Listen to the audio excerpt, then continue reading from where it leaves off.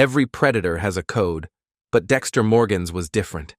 His adoptive father, Harry, created a set of rules to help him control his dark side. But was it enough to keep him in line? Put on your surgical gown and get ready to dissect the code of Harry with us. Taking a trip back in time, we discover that the darkness that drives Dexter Morgan has its roots in the traumatic events of his childhood, when he was found in a pool of his murdered mother's blood as a toddler. But it was his police officer father Harry who saw beyond the darkness, recognized the potential for redemption, and taught him the code that would change his life forever. The code of Harry is extremely important because these rules not only help Dexter to stay under the radar, they also give him a way to justify killing people. The number one rule in Dexter's code of Harry is simple: don't get caught. This was the first commandment Harry impressed upon Dexter, a mantra to live by. As we all know, a serial killer in handcuffs isn't a vigilante, he's just another psychopath heading to death row. Dexter didn't just learn how to kill, he was also carefully taught how to cover his tracks and avoid getting caught. Dexter's world was one of precision and control, where the slightest deviation from the plan would unleash a deadly chaos. This meant no witnesses, no evidence, and no deviation from the plan. In Season 8 of Dexter, we see that Harry and Dr. Evelyn Vogel realized Dexter had sociopathic tendencies and a desire to kill, even as a kid. When Harry figured out Dexter's true nature, he immediately started instilling these guidelines to help him navigate his darker impulses. With calculating precision, Dexter adhered to the rule for years, navigating the treacherous landscape of his dark impulses. For Dexter, the first rule and second rule in the code of Harry, which we would get to in a minute, are non-negotiable. In fact, to facilitate Dexter's compliance with the first rule of the code of Harry, several additional principles are observed, including the avoidance of evidence, the feigning of emotions, and the maintenance of a low profile.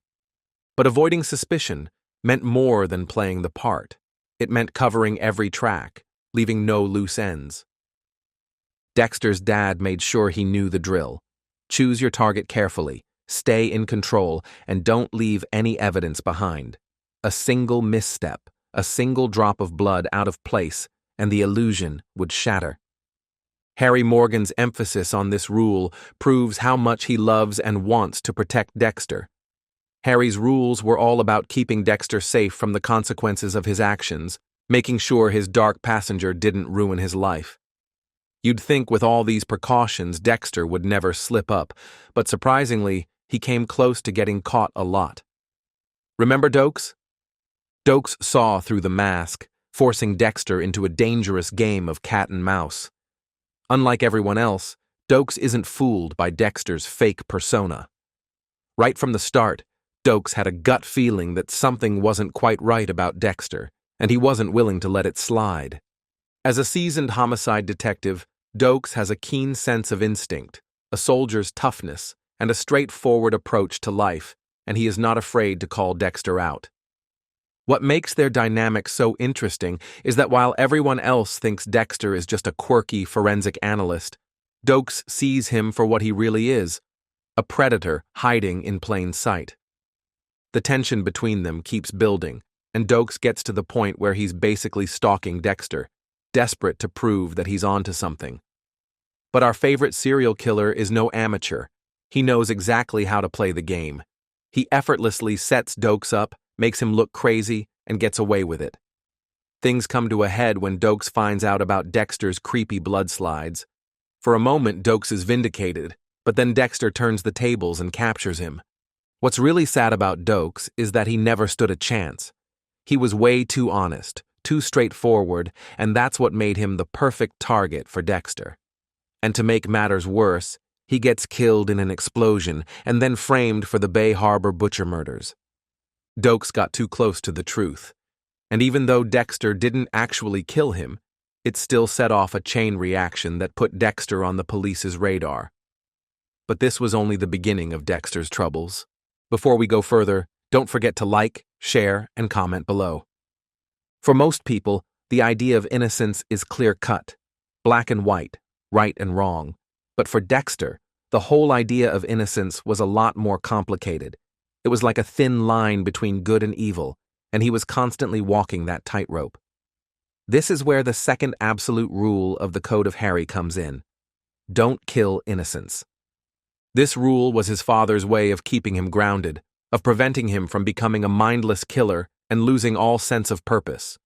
When Harry realized what Dexter was capable of, he knew he couldn't let him become a full-blown serial killer. Rather than fighting his son's dark impulses, Harry decided to help Dexter use them to make a positive impact. He knew that for this to work, he needed to make Dexter really picky about his victims and make sure that he never harms anyone innocent. But you'd agree that it's not always easy to know who's really innocent, right? Dexter had seen how some people could commit horrific crimes and still manage to blend in with society, often because of their wealth, charisma, or just because the system failed to catch them. He learned that you can't always judge a book by its cover, and that some people are more sinister than they appear. But even with his self-control, temptation was always there, lurking in the shadows. When people got too close or threatened to expose him, it seemed like the simplest solution was to eliminate them, but that would mean going against the code and letting Harry down. Crossing that line meant that he would surrender the very essence of his humanity, becoming indistinguishable from the beasts he had sworn to vanquish. Despite his best efforts, 3 seasons in, Dexter was faced with a situation where he had no choice but to break the code. It happened when Dexter was defending himself while trying to catch Freebo, the guy who got away with killing 2 college girls because of a bad warrant. Dexter's search took an unexpected turn when he met Oscar Prado, the drug-addicted brother of Miguel and Ramon Prado, 2 prominent law enforcement officials. However, unlike Dexter's usual targets, Oscar Prado was not a monster. He wasn't the kind of guy Dexter usually dealt with. He was just a scared, desperate man who had gotten in too deep. When Dexter interrupted the fight between Oscar and Freebo, Oscar snapped and lunged at Dexter with the knife. In response to the threat, Dexter's dark passenger took hold, activating his instinctual defense mechanisms and preparing him for combat. The 2 of them clashed in a brief, brutal fight, and we witness a desperate scramble of instinct and panic. Alas, the knife that was supposed to kill Freebo killed Oscar instead. A single moment, a single mistake, and Harry's sacred rule, the one that separated Dexter from the true monsters, was shattered. Oscar's body slumped to the floor, his last breath a desperate, gurgling cry that seemed to cling to life even as it slipped away. For the first time, Dexter had broken the code. For the first time, he had taken an innocent life. No matter how well Dexter cleaned up the mess, he couldn't shake the truth that had settled in his mind. Dexter had always followed the code with unwavering precision, each rule a safeguard against becoming the very thing he hunted. But on that night, something went terribly wrong. Oscar Prado wasn't a predator lurking in the shadows, nor was he a monster who had slipped through the cracks of the system. And this brings us to the third rule in the Code of Harry: targets must be killers who evaded justice. Harry Morgan was really specific about the criminals Dexter killed. Still, teaching Dexter how to be a killer took a big toll on Harry's mental health, despite his years of experience as a police officer. Teaching Dexter how to be a killer took a big toll on Harry's mental health, despite his years of experience as a police officer. Although Harry Morgan's feelings of guilt for Dexter's actions ultimately led to him taking his own life, the code he established continued to criticize the legal system for its shortcomings. Before killing himself, Harry made it clear to Dexter that he shouldn't go after people who hadn't been caught by the police yet. For Dexter to target someone, it's not enough that he just suspects them of being a killer or criminal. They have to have been arrested and charged, and the cops have to think they're a threat. The code created by Harry Morgan was a kind of moral algorithm governing Dexter's actions and ensuring that his pursuit of justice remained grounded in principle rather than personal morality. Before he strikes, Dexter does some serious digging to confirm that his target is a murderer.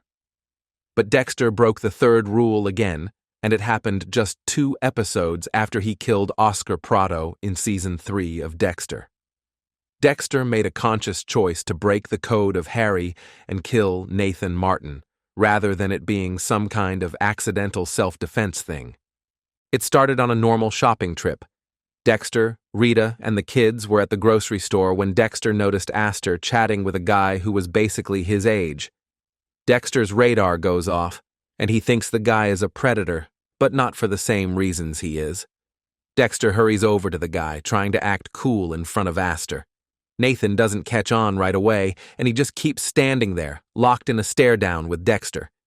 After a weird stare-down, Dexter points Nathan in the direction of what he was supposedly looking for, and they go their separate ways. Later in the parking lot, Dexter makes a note of Ethan's car registration number. Dexter does some digging on Nathan, and it confirms that his instincts are correct. Nathan is indeed a sexual predator, convicted of molesting a young girl. Dexter decides not to kill Nathan because it would go against the code of Harry and just moves on with his life. That is, until he watches Nathan taking pictures at a local beach of Astor in her bathing suit.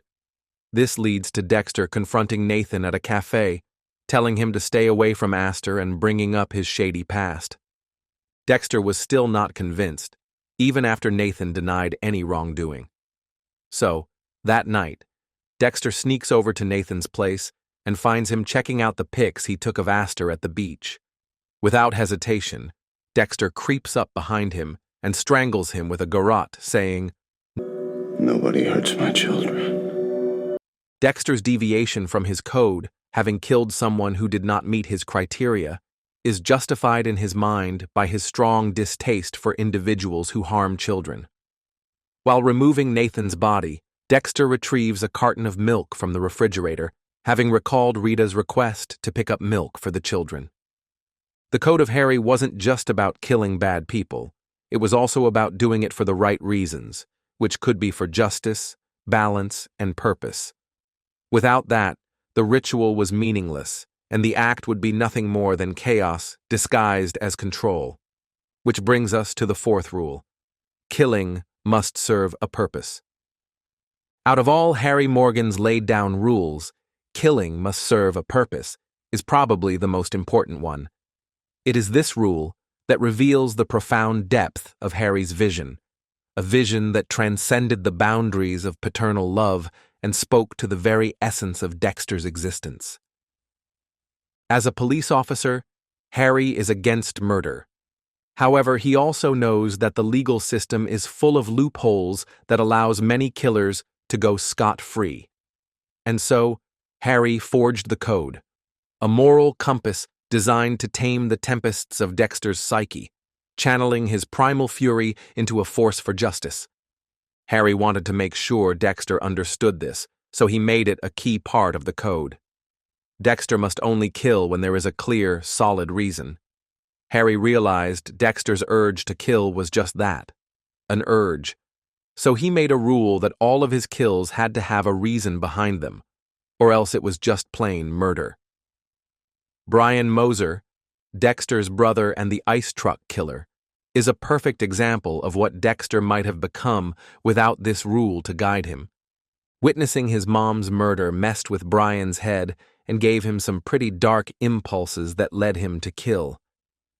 In a chilling revelation, it is uncovered that Brian's sinister rituals began with the deliberate draining of his victim's lifeblood, a gruesome precursor to the mutilation that would follow. But Brian Moser's reign of terror ended when Dexter discovered he was a danger to his sister Deborah. Dexter got rid of Brian in his apartment, cutting his throat and draining his blood, before making it seem like Brian took his own life. Although Dexter possessed the ability to identify predators and killers from the outset of their interaction, a critical rule from the Code of Harry prohibited him from immediately eliminating them.